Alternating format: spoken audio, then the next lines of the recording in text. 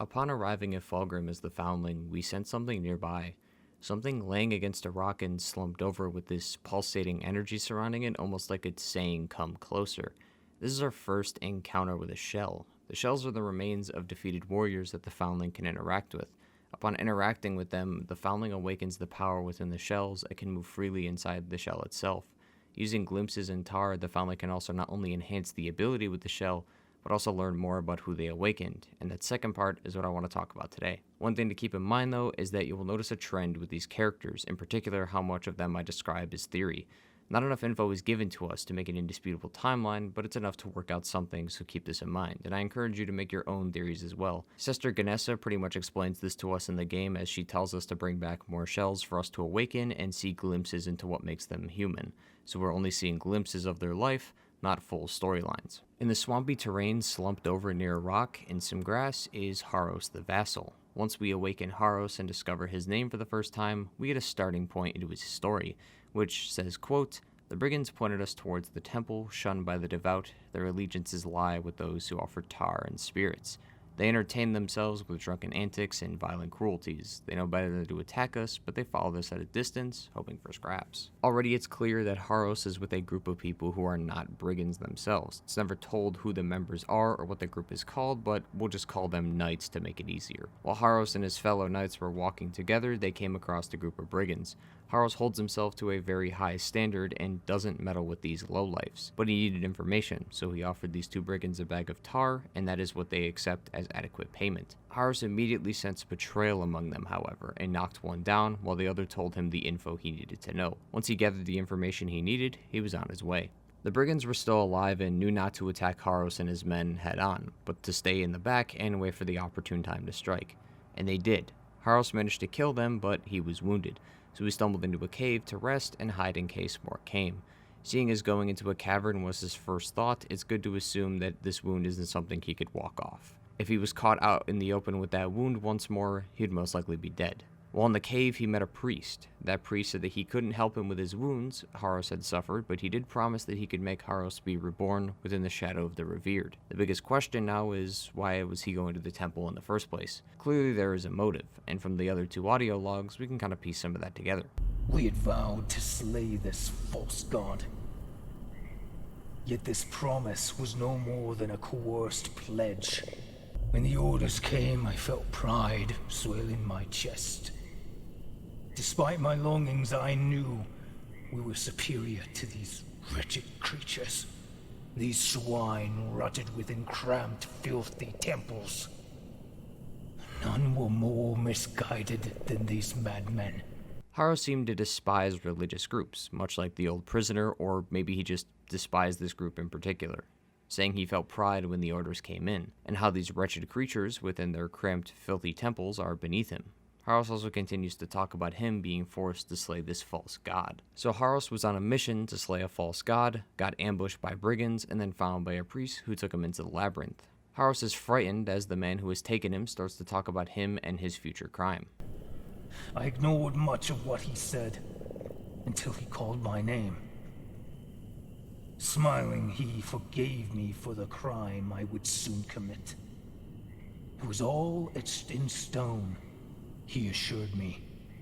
Harros immediately realized that this man wasn't seeing any hallucinations or being burdened by delusions. He was telling the truth. He assumed this man to be a spy and cut him down immediately, as how is it possible that someone knew about him and his future before it even happened? Solomon also questioned the same thing. We'll explain it a bit more in his story, but one of his writings talks about a story of a man with the same name, desires, and scars as him, written on a tablet in front of him. This confirms this isn't some one-off occurrence that this priest guessed on a whim. He actually knows what's going to happen, almost like it's fate. Right after killing the priest, Harros had heard squeals everywhere. Then the revered the lay priest had talked about had arrived, as this writhing mass of sinew, almost as if her body was separating and forming at the same time. Harros had lost his strength and fell to his knee, wanting to look away, but at the same time only wanting to look at her. Crawling out of the depths of the earth was a newborn. This newborn was extremely skinny, possessing a more pale brown skin color. This newborn also didn't look human either. Something swam beneath the belly of the revered though. Her flesh was peeling away and pouring onto the ground like mud. A more slow and thick would be a good way to describe it. This liquid drowned all the worshippers nearby. Everything was indistinguishable at that moment. Neither birth nor death could even be made out. Harros decided to look for shelter or safety, but his mind was dragging him closer to the revered as the prayers of the devout filled his ears.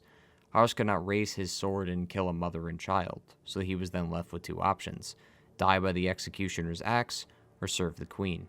Harros knew the correct answer. It was an easy one. He became one with the group, wearing her sigil and repeated all the oaths they followed, but in the back of his mind, he knew one day, no matter the amount of praise or honor he had received, one day he would escape. Harros is a man consumed with purpose and nobility, and was fated to act this way. As we stated before, it was no mere coincidence that the priest knew the crime Harros would commit, and what his future would hold. But no matter, Harros was determined to escape. We aren't sure if he was successful in his escape, as we found him dead, but because he's nowhere near a temple or religious residence, and the so-called sigil of this revered isn't on his armor, it's plausible to assume he escaped. One of the main themes about this game is the revered beings, and every time we get to meet one, we always fight them immediately and never accept them. Eredrim was a veteran of war, so to speak. He's gone through his countless battles and is exhausted from them. He says no remedy can cure his trembling hands and anxious dreams, but his brethren spoke of an immaculate path that could work. Eredrim was approached by the Ovate. The Ovate made promises to Eredrim of a way to end the war and suffering. Eredrim trusted the Ovate and signed his name in the Deathless Doctrine. This is a part of the ritual that involves the Immaculate. See, the Immaculate resides within the crypt of the martyr, and her followers guard her as they wait for her arrival, as well as the other followers that gave themselves up to be reborn. It's a bit complex, so I'd like to summarize their religion and how it operates. I covered this in a lot more detail in my full lore breakdown of the game, so if you want to see that, that'll be located at the top. But inside the Crypt of the Martyr is a religious group. Their way of being closer with the revered god, who is the Immaculate, is to enshrine themselves in ice, which is said to resonate with her energy of her eternal winter. To be worthy of enshrining, you must be strong enough to kneel before the Immaculate, place your palm upon the Deathless Doctrine, and surrender your pride, your vanity, and your will.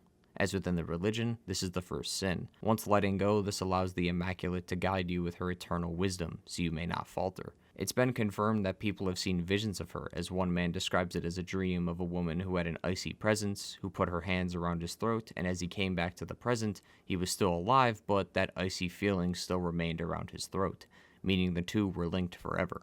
The Ovate says that the ritual is necessary, as beyond the ice, the old world is preserved. No war, no famine, no suffering, just eternal peace. But Eredrim believes he doesn't deserve this, however, yet he still seeks this power. I do not deserve absolution, yet still I seek it. Our venerable order has slaughtered hundreds, and for what? So the magistrate could redraw the borders of our realm, claim victory over an ill-equipped enemy, over children who can barely raise their swords. Eredrim's attitude is now turning as he finds peace and devotion, as now he doesn't need to agonize over the problems and burdens of the living, as his ascension and enshrinement await him. We talked about this before, but lots of characters in this game care more about their future than the present, as when they ascend, they'll live forever in eternal peace, so why bother with the hardships and struggles of the present when their future will be eternally peaceful? A weight being lifted off their shoulders in these cases, so it makes them feel more free and unburdened. Even though he started feeling better, he was still considered unworthy of the nectar, but he was determined to prove himself no matter what. Later at some time, Eredrim met with the Ovate, who was prostrated in front of the altar. But out of the corner of his eyes, he saw a shadow move, but nothing when peering over. The Ovate rose and said, "The martyrs are here." The martyrs in this case are highly revered individuals who didn't give up their blood or body like others, but their own living memory, all sealed within the ice to preserve the faith in the Immaculate and the Doctrine. We then get some other tidbits of audio when it comes to Eredrim about his distaste for the lesser beings, calling them rats who bow and scrape but are unworthy, and more importantly, how he believes the weak should be removed and that outsiders and those who disagree with the rest of the group should not be allowed within the sanctuary they have built. But he's confident that in time that they will end up going headfirst into their death anyway, so it shouldn't matter, and any of them who don't do that right away shall be aided by Eredrim himself. And he struggles with this a lot. He was a hardened warrior, seeing and winning many battles, yet is constantly rejected of the nectar. but some of these weaker and less devout individuals become enshrined, and he feels like that's absurd. Later, we have a time skip. Eredrim seems to be an executioner of sorts. Impoverished souls waited for judgment. They would bow and recite the words of the martyr. Eredrim would take this opportunity to attack and kill one of them.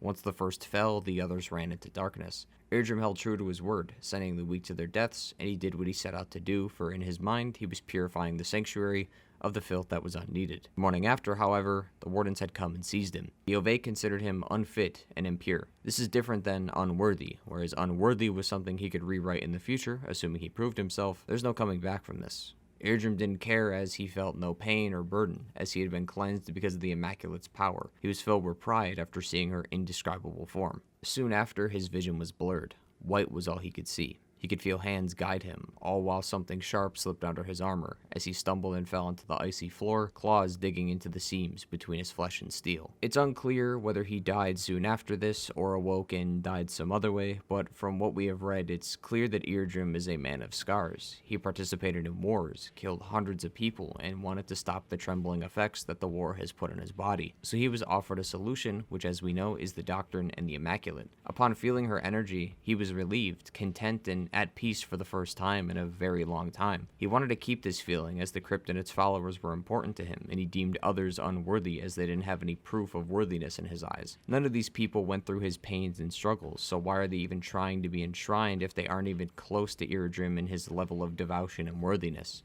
So he took matters into his own hands and killed those who didn't belong. As punishment, he was deemed unfit and impure, and was outcasted and possibly killed as a result. Another small interesting detail is that with Eredrim, we get a secret dialogue when talking to Brother Corvid. He asks if you can grant him the same thing you did with his brothers and sisters, which is finding peace, and in more specific, peace in death. This goes back to the statement before about him killing the weak, and with this information, maybe he was killing other groups as well, as the Crypt of the Martyr and the Seed of Infinity groups have very different religious beliefs. But one thing is common amongst the shells, and that is death, as they've all died in some way, but being killed, however, is a different story, and that's one that Solomon and Tiel happen to share. Tiel was actually a pupil of the Seed of Infinity in the beginning, but ended up falling in with the Brigands at some point. He learned their teachings and their way of life, mixing droplets of tar with muddy spirits, drinking heavily all the time, and stumbling from one camp to another. Tiel and his group would steal things from others, most of it being tar. He claimed that these thieves didn't know the true potential of the tar, and how it was wasted on them. When Tiel would drink tar, he would see a woman in his vision. Tar has an interesting effect on the human body, where it causes hallucinations, but the Seed of Infinity uses it constantly, as they think of it as a way of being closer to the revered. Going back to the story, Tiel saw this woman in his visions. He doesn't know her name, but we know her as Sister Ganessa. Where did you find him, family? Do not answer. Just come closer. It's a simple pleasure to glimpse my beloved. Even if he's truly gone, some part of him remains with you. A small consolation, but I shall accept this mercy. According to Tiel, every movement she made, she created new copies, each joining and splitting apart at the same time, which ended up forming new copies. The problem with the tar, though, is that it was making his flesh peel off his skin, and the visions of the Sester eventually disappeared.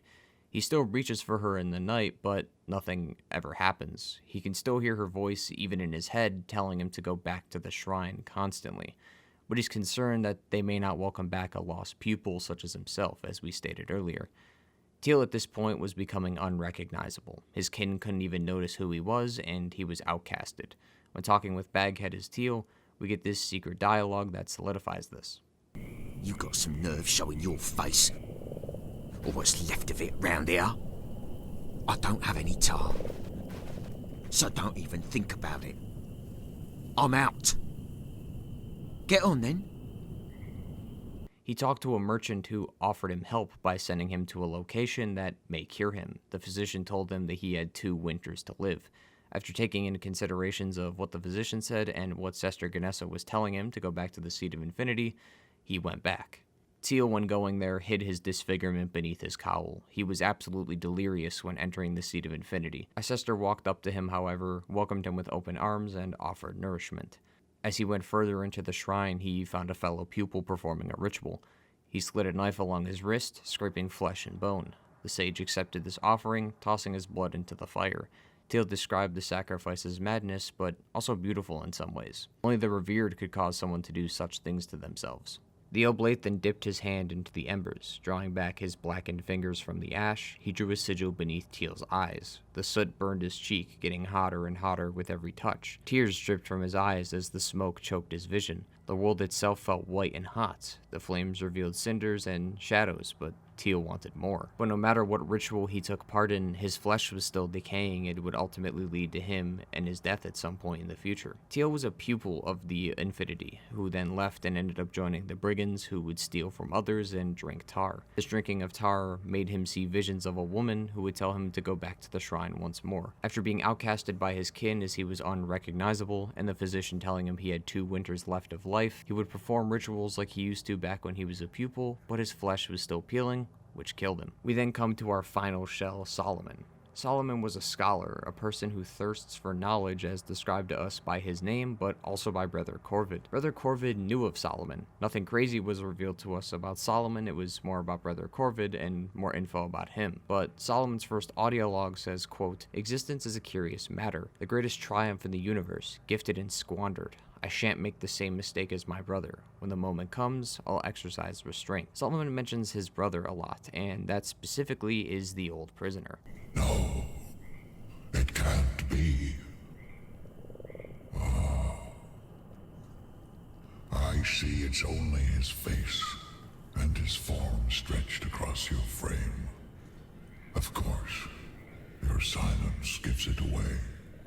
He always had too much to say, babbling on and on, incessantly. His words wound into such impossible, staggering formations, often contradicting himself, beautifully. I do miss him. Unfortunately, my dear brother spent too much time beneath those infinite golems. And this restraint he talks about is religion and ascension. Solomon's description reads, "There is no God because there are no gods." Solomon is like the old prisoner. They don't believe in the false truths the other groups believe in, but where they differ is that the old prisoner wants to ascend and leave this plane of existence. Solomon is content with his existence. He says that it's a triumph, and that's true. Being born is something we think of as simple, but it's also a very unpredictable matter, and says that the people of this world receive the gift of life, but waste it on them focusing on their future life. Where others within the game focus on the future, which is the afterlife, Solomon likes to focus on the present day life a lot more. A lot of Solomon's dialogue has to do with the old prisoner as well.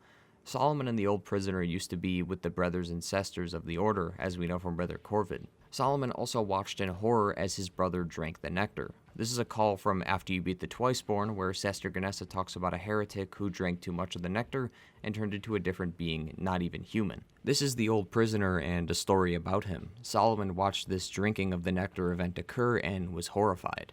More audio uncovers more of the relationship between the two. The two are both on the same page with religious groups and false truths, but as we uncovered, one went too far where the other stayed content, but says that the knowledge that they've learned is only afforded by the silence of others, as everyone is strict in their beliefs and refuses to listen to others and who don't agree with them. Solomon believes in fate, in that it's not ours to defy, but to fulfill. And as we know, the old prisoner doesn't believe in this, which is why he took the glands for himself in an attempt to ascend.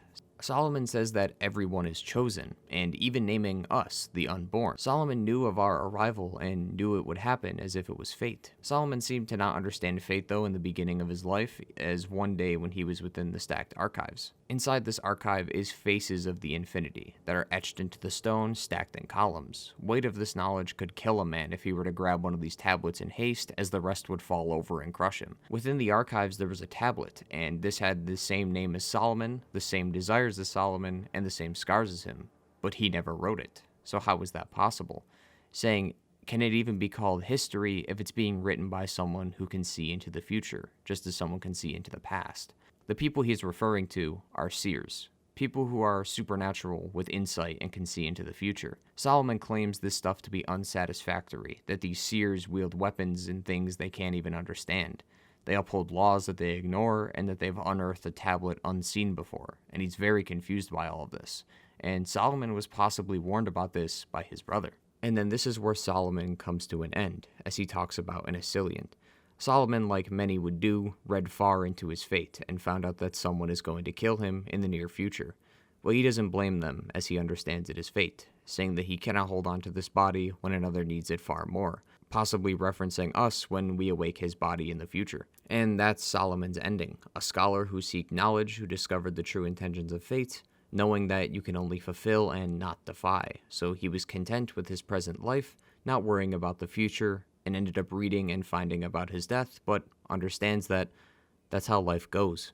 And that is the lore of all the shells in Mortal Shell. And I must say, this was complicated. These audio logs we see are only glimpses, as we stated before, not full stories and not a cohesive timeline. But I think I nailed down the story and timeline the best I could, so feel free to give your interpretations in the comments below, as I'd love to hear them. But with that, thank you for joining me on this journey of the lore of all the shells in Mortal Shell, and take care everyone. I'll see you in another future video. Goodbye.